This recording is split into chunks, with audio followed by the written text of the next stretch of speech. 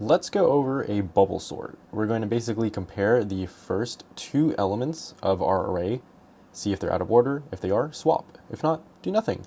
And then compare the next two, and then the next two, and so on and so forth. Eventually, all the higher numbers are going to move to the end, and this indirectly is going to make sure that all of our lower numbers are at the bottom, in order as well. To do this, we are going to need a for loop that runs through our entire list. We're going to need an inner for loop as well so that we can modify everything inside. Basically, this is for the internal swapping of the two.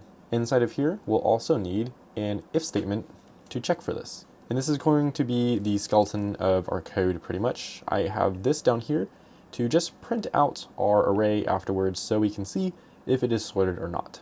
So first, we know we have to run this a certain amount of times. We need to get the size of this array.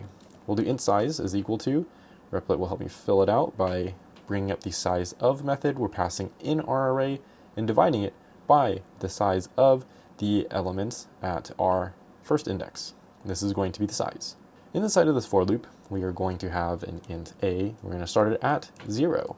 And we're going to want to run this as long as our a is less than the size minus 1, because remember length is less than index, 1 less than index. And then we're going to have a plus plus. And this is going to allow us to go through every element inside of here. Now for this inner for loop. With this inner for loop, we are going to have an int b variable. Now what are we doing in this one?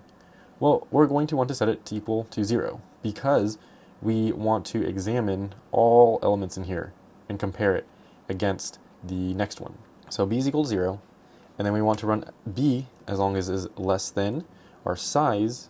Now we could just do size minus 1 as well, but since the a value, once we go through this pass, is going to have the largest value at the back, we can also just subtract a from it. That way we don't continuously look at things we don't need to look at. So it's going to be minus a minus 1. And then we're going to have a b plus plus so we can increment through this. In this if statement is where we are going to do a check to see if our current value is bigger than the previous value. So if our a, r at our current b value is greater than, meaning the current one in front, if it's greater than our next value, which is ARR at b plus 1, well, then we need to swap them because this one, it's bigger than this one. That doesn't make any sense. So inside of here, we're going to have a swap where we're going to swap our ARR b, and then we're going to swap the ARR at b plus 1. And then we're just going to end this line. So that's going to be our swap, and that should be it. We then just close out this for loop, close out this for loop, and that's all. So let's try to run this and see what we get. This is going to be printing what we have. Oh, and I forgot a parenthesis. So let's stop that run. Make sure you have a parenthesis to close off the swap method. Seems like we have an error here. Oh, and that's because, sorry about that, I meant to say b is less than size minus a minus 1. That wouldn't make any sense if we had a here and not b. And you can see we have this printed out in the sorted order. So if you want more C++ practice, sorting, searching algorithms, check that playlist below the like button. If you have any questions on that section, leave a comment below.